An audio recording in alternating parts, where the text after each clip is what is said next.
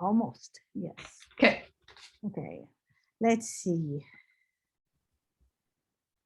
We have 4 attendees. All right. Yeah, hello, we are starting. Welcome here, guys. We are going to wait 1 more minute before we Katie start. Holton. Yeah, Katie's probably trying the, welcome, Katie. Let's see if she's gonna stay. Sometimes, you know, some other co-hosts pop in and out. Let's wait 1 more minute and then I'll introduce Amy. And we go from there.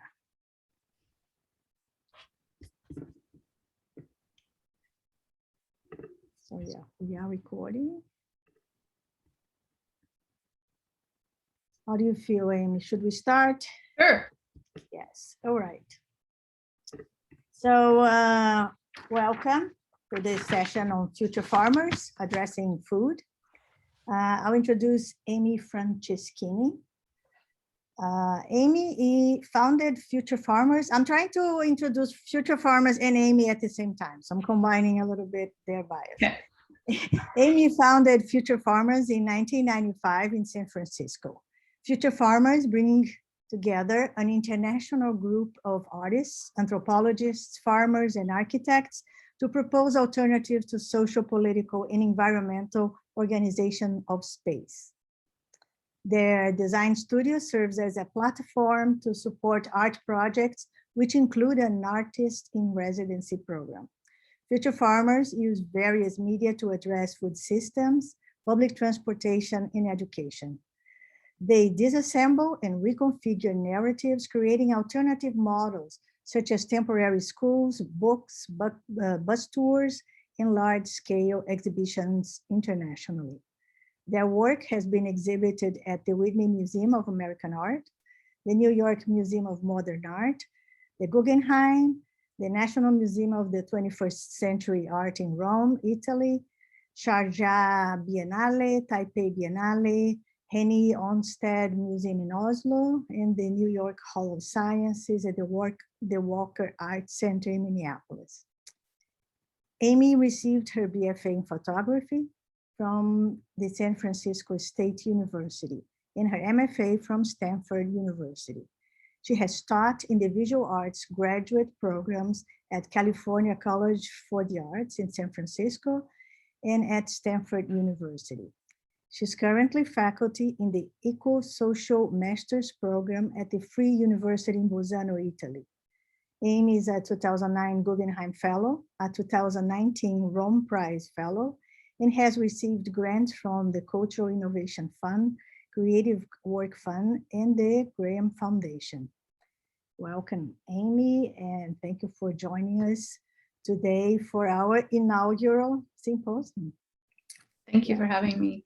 You're very welcome. I'll be quiet until you need it. Okay. Thank you for organizing this. I know it's so hard to organize these symposiums and also online. And thank you to all the attendees who are with us. I'm going to share my screen and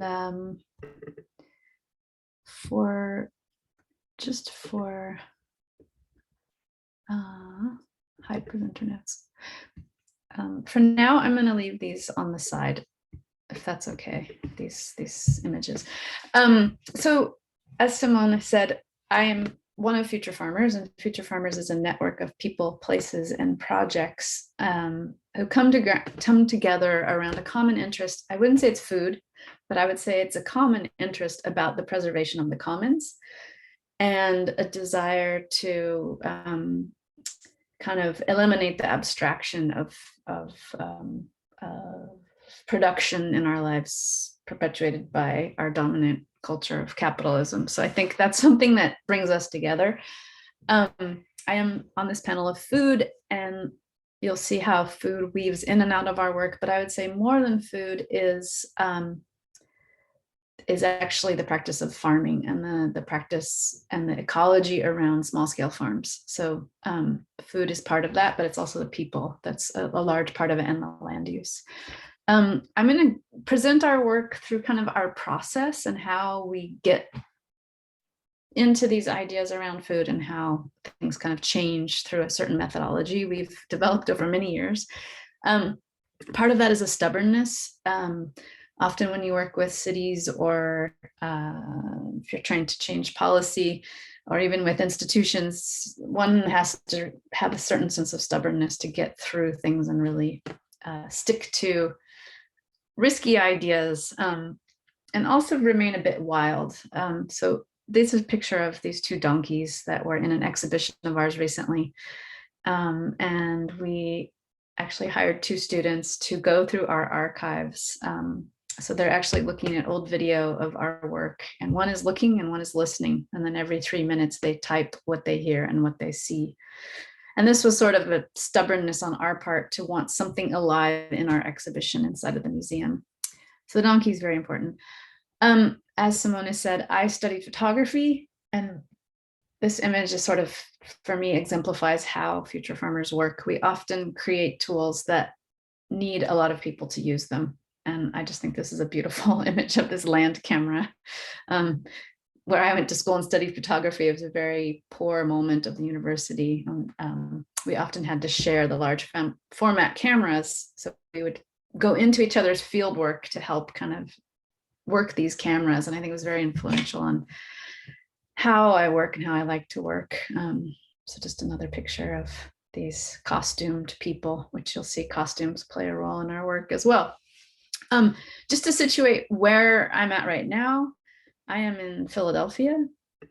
This is a picture I found recently. I'm in Philadelphia starting a 3-year-long public art project around planting trees with the city of Philadelphia. We are in an exploratory period of the project that we've named Wander. And on our wander, we came across this sign in FDR Park. This is not all who wander are lost. And I think wandering is a really big part of how we work, trying to hang on to the space of questioning in a project where you don't answer things right away, even though you want to kind of have answers, to hold on to this area of the unknown and openness and listening. So while I'm here, I'm visiting places that distribute trees. So this is in the Navy Yard here. Once a year, 12,000 trees come, or 1,200 trees come to the city through this one little portal. It's a one truck. And they come into this warehouse and are placed by neighborhood and given away to neighborhoods who ask to receive trees once a year. So this is a distribution site run by Philadelphia Horticultural Society. And it's quite a beautiful 1-day long event. It's like a choreography of these trees getting distributed out. And a lot of different organizers and organizations volunteer here. The project is named Streetwork after directly quoting Colin Ward's work around this idea of the exploding school. Colin Ward and Anthony Fison wrote this book in the late 70s, thinking about how learning inside of institutions is often quite theoretical and distanced from the material matters that you're thinking about. So they had this idea of thinking about the city as our campus and really getting people in the fields and out with the materials they're learning from. So that's the ethos of this project in Philadelphia that we're going for, is really thinking about these trees are all over the city. How can our program and our artistic project also be an exploded version? I think I'll jump ahead. So often we're invited into places where we don't live, like we're in Philadelphia right now. In 2010, we were invited to rural Italy, and I think I'll just go full screen now, to imagine the future of farming in this very kind of rural, high altitude region. And it's kind of intimidating to think that someone from outside who doesn't speak the language is going to tell people there how to imagine their future. Over the years, I've found that it's actually a gift to be the stranger, because you're awakening. It's like when someone comes to visit you and they say, oh, wow, you have wooden telephone poles in San Francisco, how weird. And you think you don't even see them anymore. So I think I used to feel nervous about this visitor point of view, but I think it's quite an important role. So here in Italy, in this region, one thing that people kept talking about was the image of the horse. So this region, when we arrived, what you're seeing is a project I'll talk about in a second. When we arrived, climate change was affecting this region heavily. There's mudslides, there's earthquakes, forests are falling down from very extreme storms. Kids are moving to the city. They don't want to be farmers. And there was a lot of speculation for oil here as an alternative economy. And people from Northern Europe were having their second homes here and just being there temporarily, but demanding a sort of lifestyle of no wild horses, no wild pigs, and putting up a lot of fences. And so there's this common story about how 10 years ago there were wild horses running around this area. So we proposed to make this human-powered horse, but it was kind of hilly. It was too hilly, so we borrowed a tractor to move this horse around. But to move this horse around and just use it as a way to talk about the future of farming here and like how to think about it. So we would roll into villages unannounced, and mainly children would start to magnetize around the horse, and then people would magnetize and they'd say, you know, "Que cosa la caballo?" Why the horse? Why? And we would ask them why. But what we do as future farmers, we try to create these what we're calling relational objects that actually create a space of wonder and questioning, so that the first thing that happens is a question, and by the person interacting with it asking a question, a bigger space is opened for discourse.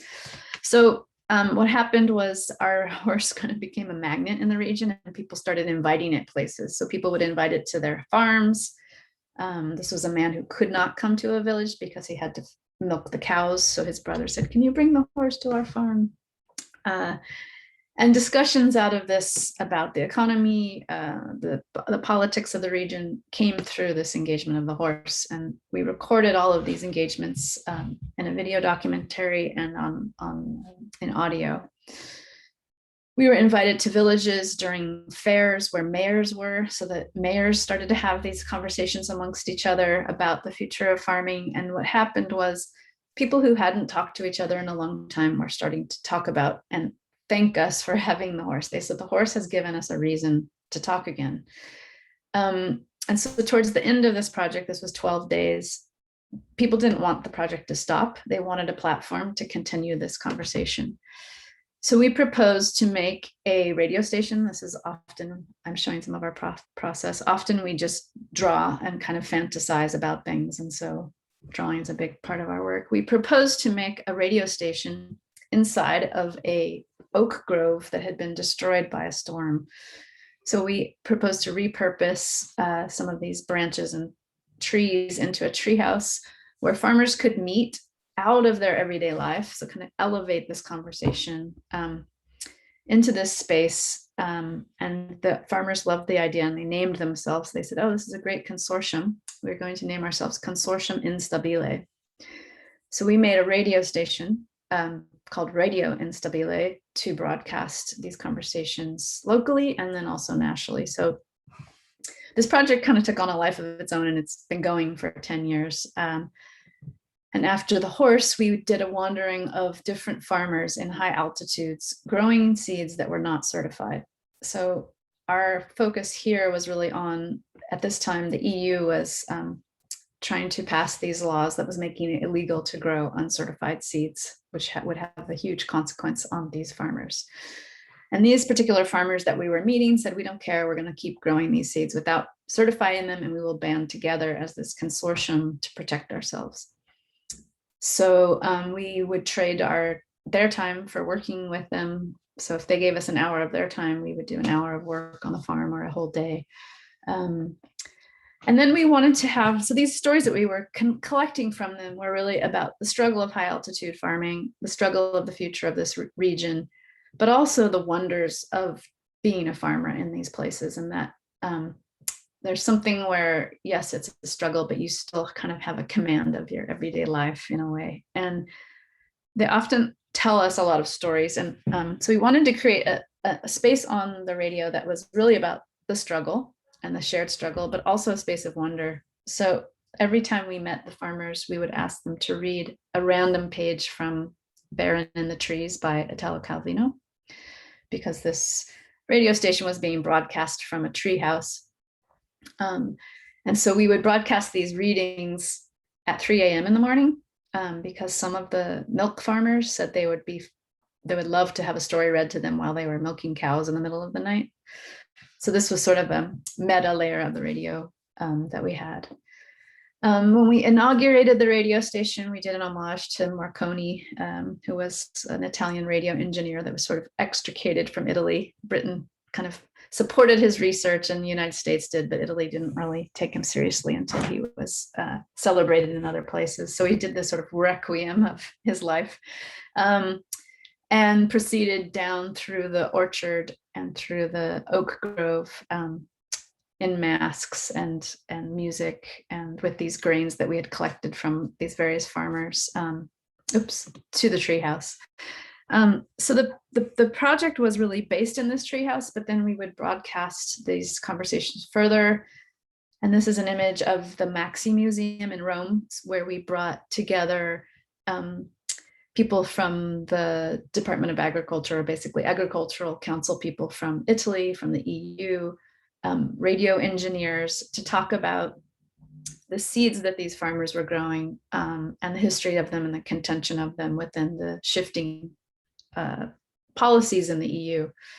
So for us as artists, these while we like to expand out of the museums and out of institutions, the institutions are very important as a base for amplifying our work and the work of farmers whose voices cannot be heard. So I think that's an important thing to think about, these collaborating institutions that, while at the same time they might be supporting the enclosure of the commons, there's also important kind of agency to collaborating with them. So do you want to do the whole presentation and then we do questions, or do you want to do questions kind of around projects? I don't think we have questions yet. Okay. But if anyone has questions. Yeah, if anyone has questions, if you want to take one or two and then move on, that's possible too, whatever. Okay. Okay, if you see questions, just let me know. Okay.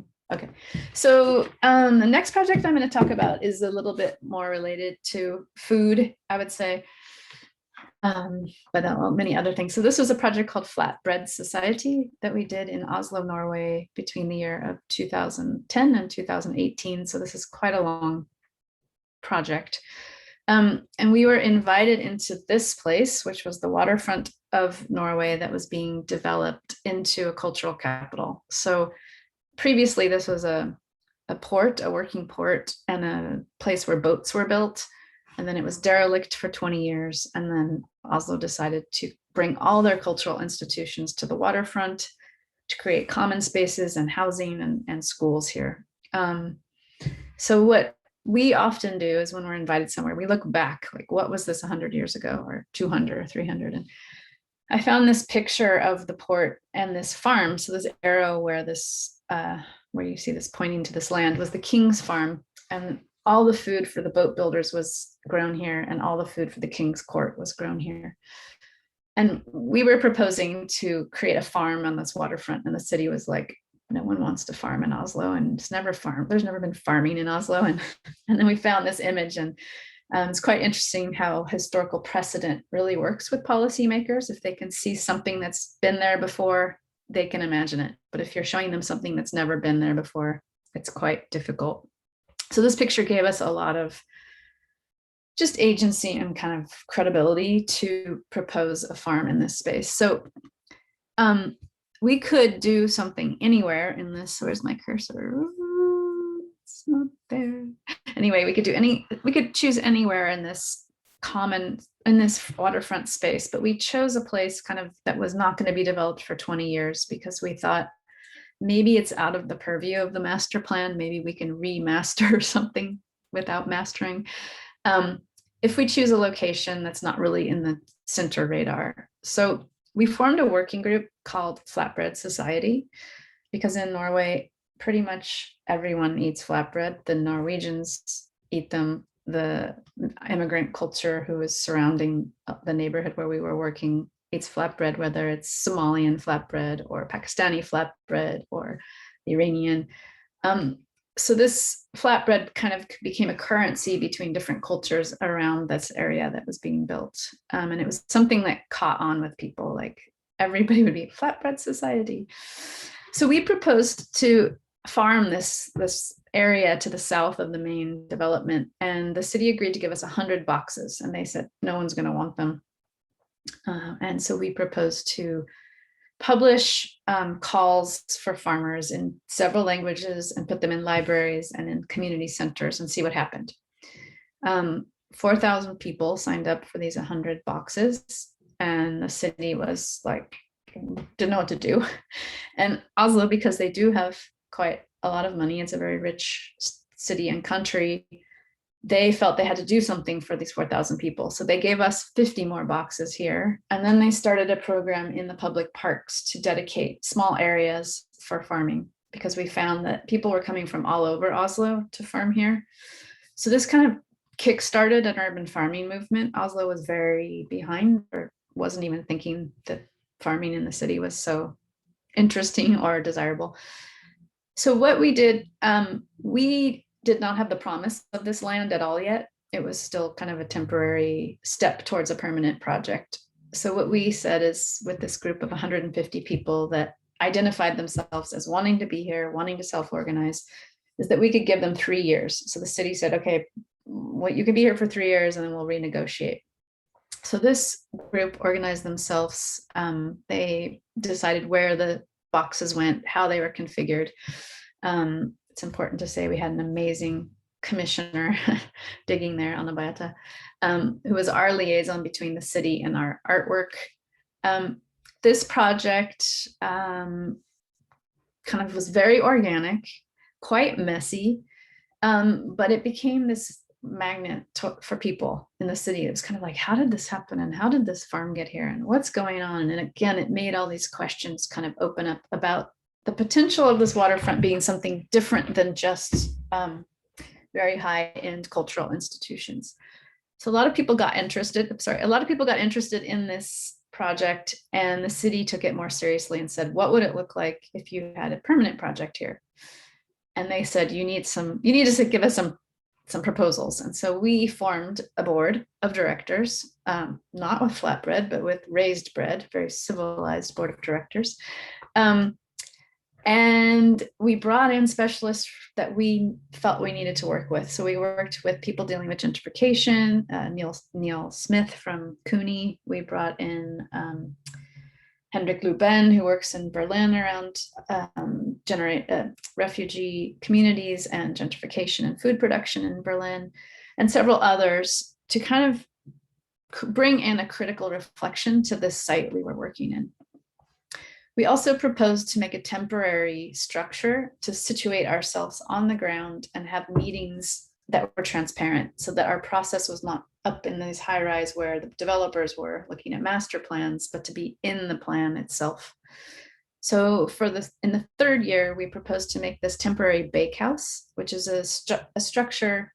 A bakehouse is very familiar in Norway. They were these spaces in villages where people could bake and mill their bread together. So it was a communal oven and a space where they could mill their bread. And people talked about these bakehouses as the church, or the space where everybody knew the gossip of the town. And in Oslo, people thought it was quite a funny idea to have a bakehouse in the city. So it kind of piqued people's interest. So what we did here is everything was open. There was no key.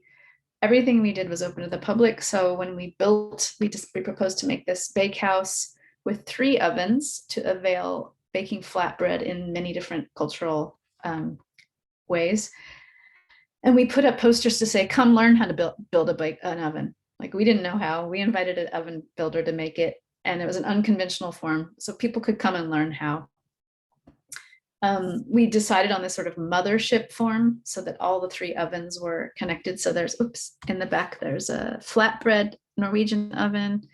In the middle, there's a pizza oven. And on the side, there's a tandoor oven. And in the middle, there's a bench that's heated by all these 3 ovens. And this just became a magnet for every kind of person you can imagine. This is some pictures of people who came and used the space. There was after school programs working with immigrant teens who just immediately knew the tandoor and brought different ingredients to bake. We had activist groups who came to use the space as a meeting place. We had climate scientists come to have their after symposium events. And what this started to do was generate cross-pollination between different groups that we wouldn't have imagined to be cross-pollinating. Which what happened was one of the groups that came to use the space was an anti-GMO activist group. So they were working against this EU policy that was in place. So we proposed to them to come back during one of their demonstrations and seed part of this plot with old grains that were not certified. And so this became kind of a media stunt for them and for the project. This is an image of the demonstration coming to the site and then a seeding of all of the different seeds that we had collected. And it got a lot of media attention, which became a really important part of giving this project credibility and visibility. So this was just an image of these seeds that we sowed growing and an image of a very important farmer that we worked with to get these seeds in place. So this is a farmer named Johan Slard, who's doing very important work along with many other people now that we know, which is getting seeds out of gene banks that haven't been planted for 50 or 70 years, that didn't go through the industrialization process. So they didn't go through the Green Revolution. They were not selected for for the terms of cropped grains. So they're very resilient, and like the taste and the visibility of them are amazing. So Johan helped us identify 7 different varieties and to bring them back into production in this public space. So this brought a lot of attention, also because Norway is it's a very young country, and it's really making its story right now of who Norway is. So these old grains brought in these kind of old stories of agriculture into the city center. One of the grains we found was actually in the roof of this sauna. There was a group of nomadic Finnish farmers, they were called the Forest Finns, who were growing rye up until the late 1800s. And Johan thought maybe there's some of their grains left. They would be quite special to be growing this north. So he got permission to take apart this sauna, which is a historic monument. And in the roof, he found 9 grains and planted them next to the sauna, got them growing, and has reproduced them and sent them back to gene banks to preserve these seed stocks. So what's important, I think, is growing these grains in situ, but always sending them back to the gene banks as a backup plan. Our project was kind of laden with a lot of printed matter. So every event we would do, we would make a poster series, and we would do these kind of online reports. We also surrounded our flatbread society with a sort of sculptural mythology. So this was a rolling pin telescope that we made. And this was a canoe oven that we used to row around Oslo to different neighborhoods and bake and talk to people about this new place that was being built in Oslo. So to think about what people wanted for this space. Would people farm there? Would they be interested in engaging in some sort of agriculture in the city? So this was still before we had the permanent site. So we would interview people and stream these conversations on a live radio station. So you can see this little baguette with the microphone in it was our recording device. And it was also, again, this thing where like humor was evoked immediately when we started to record people with this baguette. So it kind of broke down these barriers. After we wandered around with this canoe, we met so many different community groups with so many ideas that we held this kind of design charrette. We called it the function and form gathering. So we asked people to come and co-imagine a permanent farm here, a permanent structure, and an alternative economy that could surround this project. We invited bankers, we invited historians, we invited lawyers, we invited the yoga teachers that showed up. We invited all kinds of people to think together and to actually sculpt their ideas of what a permanent structure could be. And then we baked their ideas and put them out on this table that was a continuum of a space that would be completely open, no key holders, just totally public, to all the way to a continuum of closed with one key holder. And then people placed their structures on this continuum based on where they thought their idea of the space would work. And then we use this as a discussion board to think together on how to move forward. So here we are in this space again. Because the project had kind of gotten so much excitement around it, the city gave us permission to make a permanent farm here. The thing is we had no soil. We just had this gray, basically rock. So instead of bringing in soil, just clean soil from outside of the city, we thought as a symbolic gesture, it would be more kind of relevant and durable if we invited farmers to bring a symbolic amount of soil from their farms to the city. So we hand wrote all these postcards to 70 farmers from all around Oslo to come to the city and bring soil. We named this idea Soil Procession. And in June 2015, 52 farmers came to the edge of the city, and we marched the soil into the city, through the city, and people joined us along the way, and laid the soil down on the site. And it was quite unexpected how many people showed up, and also donkeys and chickens and wheelbarrows, and the king's farmer came with 9 tons of soil. And when we got to the site, we asked each farmer to take 1 handful of their soil and put it in this large flatbread that we made, just a cloth flatbread, and mix all the different soils into a new culture. And on this day, we mixed the soil, it was sung to, and it was invited to be here in perpetuity. Together with this group that was gathered here this day, we wrote a declaration of land use that stated that this site should be also a cultural institution on the waterfront, equivalent to the opera that was being placed there, the National Museum, the National Library. And this was named this day, and everyone here signed this document, and this new soil mixture was the witness. The site was named on this day, a Norwegian name called Losetter, which means a common in the city. And things started to happen beyond our wildest dreams. Beekeepers just showed up and started roosting there. So there's now a lively beekeeping community there. A farmer who comes through the city once a week saw the grain growing, and he said, "You're going to need this plowed. Should I bring my horses to plow your fields?" So this farmer comes once a year to plow the fields. We partnered with the Norwegian Farmers Union to hire the first city farmer in Norway, which has now become a nationwide program. So on the left or on the right, we have our first farmer we hired. There's been a second and a third, and now it's become a national program incorporated in the national policy of green policy.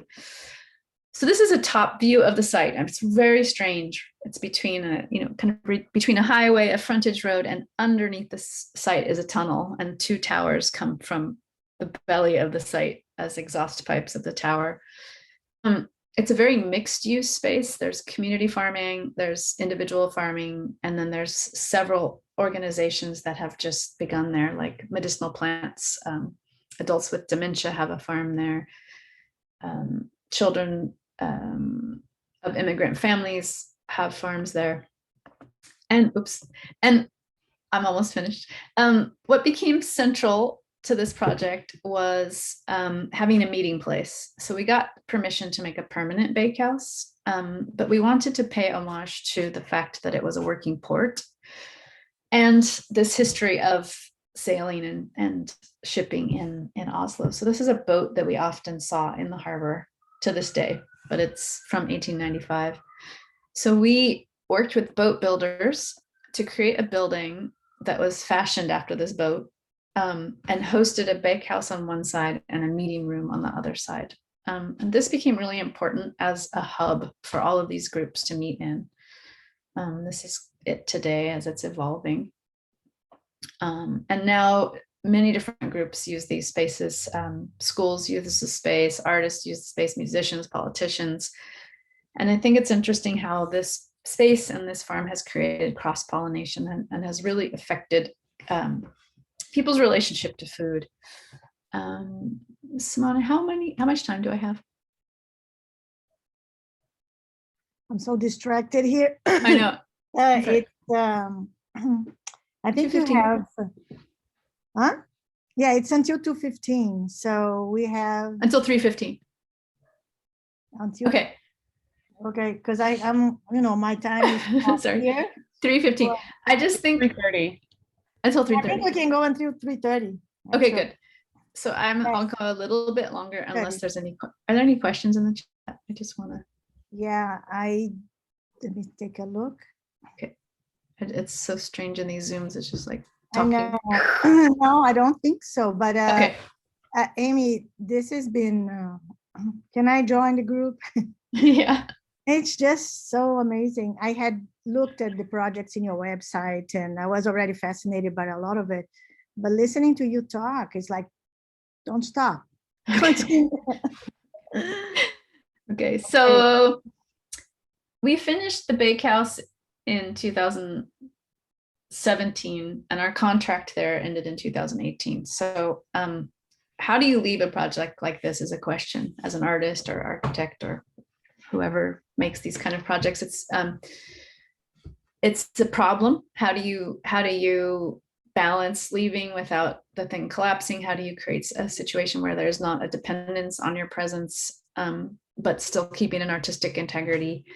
And so 2 years before the project, we decided to kind of depart, to already have this idea that we were departing, that we would never leave permanently, but leaving. So we proposed to take all of the grains we had been growing on this site on a reverse migration back to the Fertile Crescent where they were first domesticated. So we gathered the grains we had been growing. We created a kind of festival called the Seed Procession. And since we'd been working here for so many years, we had a lot of partners. And so we invited everyone to send us off. And people brought provisions you cannot believe. They brought fermented food from the site. They brought musical instruments, clothes, and seeds to give to people as we went along the journey. We actually secured this boat to take us on the journey, which was like this beautiful kind of circle. The boat that we fashioned the building on was actually the boat we got to sail on, which was built in 1895 when a lot of these seeds were still being grown in Norway. Our trajectory was to go from Oslo around the North Sea, the Atlantic, and then to Istanbul. And the captains of this project and our crew really wanted this to have a sketch of where we were going, but to let the seeds take us further. So our first invitation was to Denmark to bring some of these Nordic grains to Denmark. People really want these northern grains because they're quite special. So we would bring seeds to one farmer and the farmer would give us seeds and he would kind of give us a trajectory for the next location. So it was sort of this piggybacking of trading seeds and we were sort of the messengers. And then we would kind of animate these exchanges in every location where we were through relationships with museums. So on the left, sometimes they were very informal, just on the boat where a farmer would hear we were coming by and he would say, can I hop on for one leg? And I have seeds I want you to take to Wales. And we would record these exchanges about the seeds. And then when we would get to a site, we would have these seed ceremonies of exchange and usually broadcast them on the radio or have them in a public forum where more people would be reached around these stories. And we would also distill these exchanges in exhibitions in the institutions where we were going. So for every seed that we acquired, we would keep a bit of the seed stock and we would create these seed stories that would be distributed and move with the seeds. We came back from the seed journey. So the seed journey is a long story, but well, that's another lecture. We did this whole seed journey all the way to Istanbul. And then we came back to Norway with seeds we'd gathered on this journey to give back to the farmers who had given us the seeds to take on this journey. And instead of just bringing the seeds back to the farmers by car, we walked from the port to their farms, which was a 5-day walk with the grains on our backs. So this was the site we left, and then we wandered for 5 days. I'm just showing this weird picture because what this site has become is an incubator. So people come here, they start projects, and somehow they've all become quite successful. The beekeepers now have become Oslo apiary and they've become artists, but they're also now have a business where they are starting beehives on different rooftops and in different neighborhoods around Oslo. And I think somehow this artistic kind of interference of future farmers infected people to not just be beekeepers, but to think about how they could create these other stories around their work. The bakehouse has taken on, a life of its own. I don't even know what's going on here. It looks like mothers meet there to make bread. It's seasonal. In the winter, it kind of closes down. It's very much too cold to be there. And then every year there's a festival. So we installed a series of festivals every year, and now people do it themselves. This was a sound festival where we tried to sonify the bakehouse and just get people to relate to these tools, these everyday tools of baking in a different way.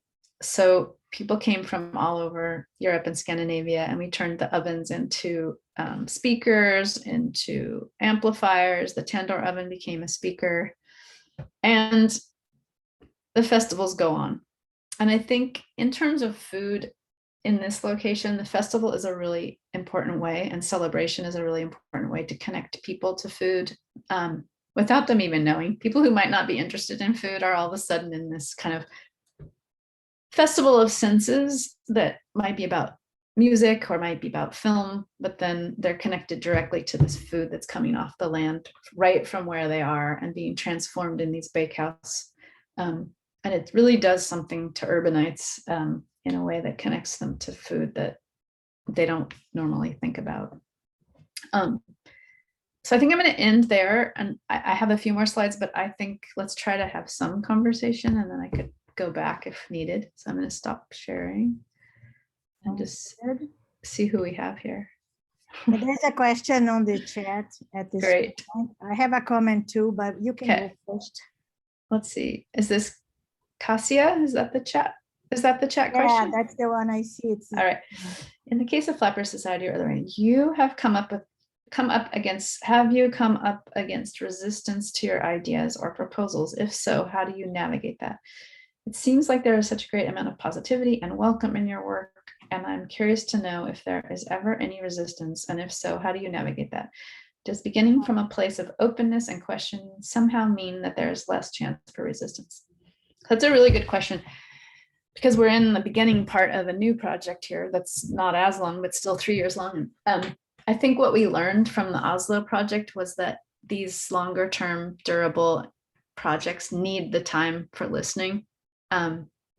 Because once you have that time to listen and kind of understand where you are, also with the gift of the stranger, you aren't actually proposing anything, you're just kind of making manifest what's already there. And I think in these types of projects, like I said, it's like if you have a person from the outside coming, people kind of forget what they have, they forget what they want. They might be kind of, they need the mirror from the outside sometimes, I would say. But I think in Oslo, the one resistance we did have, which was in the very, very beginning, was more from the art community. The art community, 88% of the art community hated this area, and they hated the idea of public art. They thought public art was a sellout form of artwork. And as an artist coming into my community of artists, that was pretty difficult. And I kind of wanted to run away. The other thing that I was worried about was gentrification in terms of this project and who would be displaced by this new area, and not wanting to be part of something that would lead to displacement. I think the difference of this in terms of its placement is no one lived there. There was no displacement going on. So that was one thing, but I'm not going to be naive and say that the neighboring neighborhoods aren't getting affected by that. But I think it was just something to be very aware of and include it heavily in her conversation. How we got over that, I think, was to resist our commissioners' early wishes for us to have a lot of media attention. So they wanted to bring in video cameras and newspapers and international art magazines right away. And we felt like if we have all this spectacle coming, like here we are from the outside and we're showing you to the world, it would chase away. We just wanted a more humble entry point. And so we really resisted by saying we will use smoke signals and gossip and word of mouth for the first year, no cameras. And it was in a way the stubbornness, like if you're extremely stubborn, you might get, maybe there'll just be a camera and not a whole camera crew. And that became really important. And the canoe, we basically negotiated for the canoe to be our media source, and that we wanted face-to-face encounter. And that I think really helped. So it's kind of like resisting that urge. Yes, of course, I want international press and I want the art magazines to be there. But if you're really thinking about what's going to work for this place, that's not always the best thing for something. And I don't know if that's a good example of resistance, but. Yeah, I can add a little bit to that, Amy. Yeah. The projects are wonderful, and it seems that it runs on some kind of magic that the communities, merge around, and it finds its own pace. So I think it has a lot of wisdom. Just resisting, for instance, the media in the first year. That the way you work is really interesting.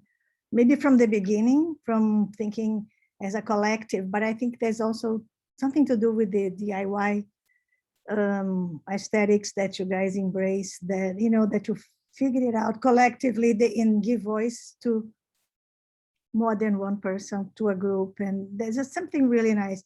So when I was searching a website, I downloaded the artist residency DIY, and that made me so happy. I was laughing nonstop. I thought, oh my God, this is brilliant. It was just lighthearted, and it was so much like you're never gonna read in any advice you get about focusing work, like let your kids play outside and eat Cheerios for a day, and just go eat your cereal, and leave mommy to work. Perfect. I thought it was like very, very, very nice.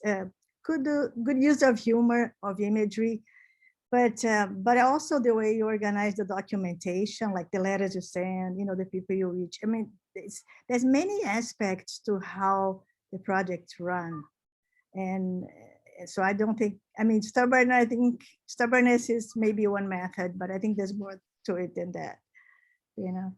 So I do think. I think the collective body is important. More than I would know, actually. Like we've been working together for so many years that we can work without a lot of discussion. Like we know how to work together now, and improvisation is a big part of it. I mean, we create a frame that allows for improvisation, but I think we know how to move together so well, and we have different disciplines. Like Marta Van Dessel is our kind of sound tech person and musician, and then we have a media producer, we have an architect, we have a philosopher. And when we're working in public programs, it's sort of a choreography. And I think, it's not just one person coming to kind of interrogate a situation. It's a body. Possibilities, that can translate, that can. You can tell that the projects are absolutely fascinating. Engaging, fascinating. Yeah. So we have something else on the. Wonderful, Amy. Thank you for sharing. Okay, this is about fatigue. Who's asking? Katie Holton. Hi, Katie. So I have to actually say that COVID has been really nice not to travel. But the fatigue question is a good one. And I think, again, working as a collective really helps to distribute the efforts. And, we have one person cooking often. We take turns cooking and just to keep our, when we were younger artists, we'd forget to eat, we'd forget to sleep, all that stuff. Now we're kind of older artists, and we know, like, okay, one of us needs to take care. We also don't stay in hotels anymore. We always live in a house, and we prefer to have it be a house that maybe we're even living with someone who is connected to the project, and that often helps. And to have a kitchen so that we're cooking together. The tired part, I think, also having the exhibitions connected to these messier projects is actually a really important time of reflection and distillation, because these projects are messy. I was just in a talk the other day, and we don't want to avoid the mess. Like in the museum, you're kind of forced to, polish everything, and it can't stink. It can't corrupt. It can't, ruin the collection. It can't do all these things.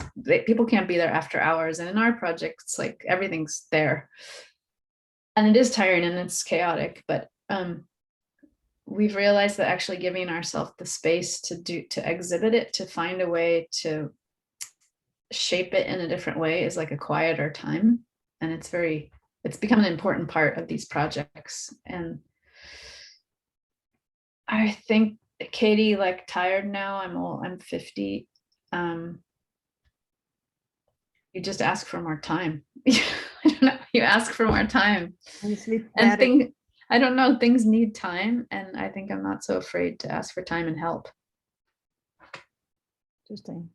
And who's been really helpful for me actually is Fritz Haig. He's a one of kin of artists, and he's very thoughtful in how he works in terms of caring for himself and others, and just, if it's not the right conditions to be healthy, we shouldn't be working in them. If we aren't producing a healthy environment for ourselves, we're not going to be producing one for others. Of course, it's not sustainable that way. No. Yeah. Okay, let's see. Energize and keep going. Katie gives me energy. She's like the most prolific person I know. These have been wonderful. So how much time we have? It's 3:07 over there. 3:07. Yeah, a few more minutes. Anybody else has a question or a comment to make? I'm not great here, but I can allow you to talk if you'd like to. Just let me know. No?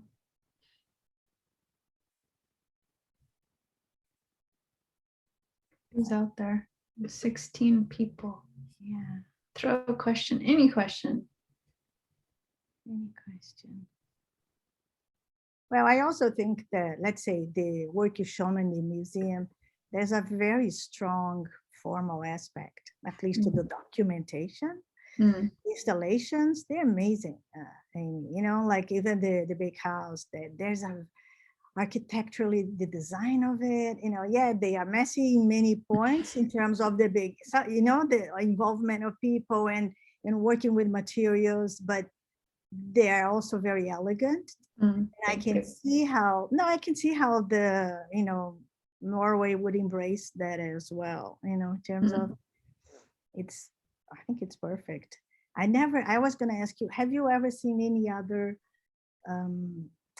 port area that has been redeveloped that has a farm or embraces the idea of seeds of farming? Because has been mostly fancy museums and shoppings, and right, the redevelopment of every waterfront has been high-end commerce.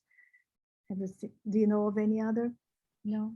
I mean, in the Thames in England, there's a lot of urban farms. They're more like community. They're more like allotment farm kind of things going on. Not necessarily a farm right on the water. I'm sure there must be. We're in a final round right now for a project in Toronto that's a waterfront development, and if you see the finalists, you can tell we're the ones that are like, they've chosen a spectrum of Olafur Eliasson to future farmers. You can tell we're like the ones that they're thinking, maybe we want something less, maybe spectacular. But I think, again, it's like, it depends on the situation. If it calls for a farm, I don't know that every waterfront needs one, True. or could deal with one. What would that become, right? Yeah. All right, I think we don't have any new questions. Oh, something coming in. The mothership. Mothership. I love it. There's matriarchy.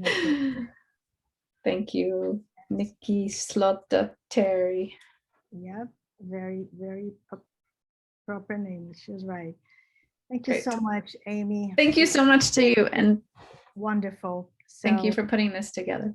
No, it was our pleasure. And we have next conversation with Helen O'Leary, Emily Burns, and Jonathan Eburn.